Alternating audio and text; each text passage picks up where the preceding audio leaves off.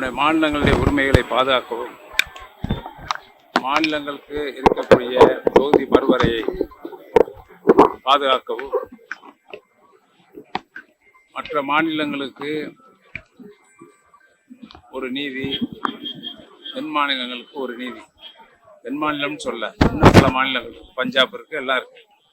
ஆக அத்தனை முதலமைச்சர்களும் இன்னைக்கு வந்திருக்கிறார்கள்.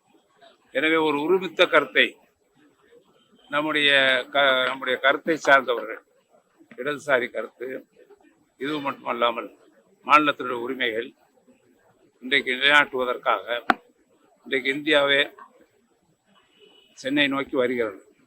அதில் முதலமைச்சர் அவர்கள் நல்ல முடிவு எடுப்பார்.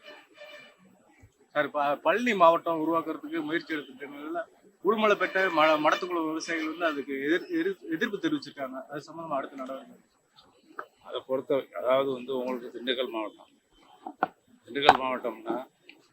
திண்டுக்கல் மாவட்டத்தினுடைய முகம் கொடைக்கானல், உங்களுக்கு தெரியாது.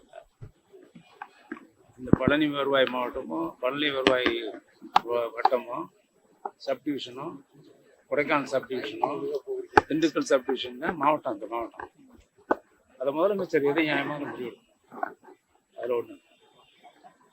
ஏன்னா 40 ஆண்டு காலம் மட்டும் இல்லை, ஆண்டாண்டு காலமாக துணை மாவட்ட ஆட்சியர்கள் தான் திண்டுக்கல் இருக்கவர்கள் மலைப்பகுதியெல்லாம் திண்டுக்கல் சப்டிவிஷன் தான் இருந்துச்சு.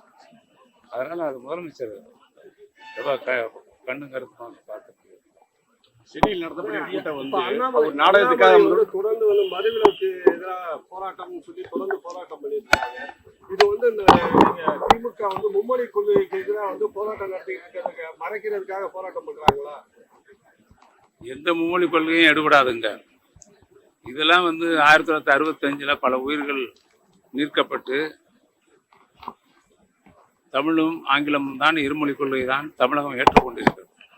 பேரறிஞர் அண்ணா காலத்திலிருந்து பண்டிட் ஜவஹர்லால் நேரு காலத்திலிருந்து மத்தியில் இருக்கக்கூடிய பிரதமரே எந்த மாநிலத்திலும் அவர்கள் விரும்பாத வரை இந்தி திணிக்கப்பட மாட்டாது என்ற வாக்குறுதியை அளித்திருக்கிறார்கள்.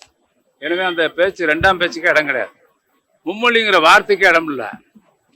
இன்னொரு நூற்றாண்டு வந்தாலும் மும்மொழி கொள்கை இங்கே நுழைய முடியாது, கால் வைக்க முடியாது. அதை தமிழக மக்கள் சந்திப்பார். சென்னை முதல்வர் நடத்தக்கூட கூட்டம் நாடகம் சொல்லி பாஜக தலைவர் அண்ணாமலை விமர்சனம் பண்ணியிருக்காரு. எதுவுமே நாடகம் இல்லை. இந்தியா கூட்டணியே எங்களுடைய முதலமைச்சர் உருவாக்குனாரு, உங்களுக்கு தெரியுமில்ல. அதனால தானே 400 இடம் வருவோம்னு சொன்னாங்க பிஜேபி. எத்தனை இடம் வந்தாங்க? 240 இடம் வந்தாங்க. மைனாரிட்டி அரசா போச்சு பிஜேபி அரசு. இன்றைக்கு மத்தியில் கொக்கரிச்சாங்கல்ல, வர முடியல.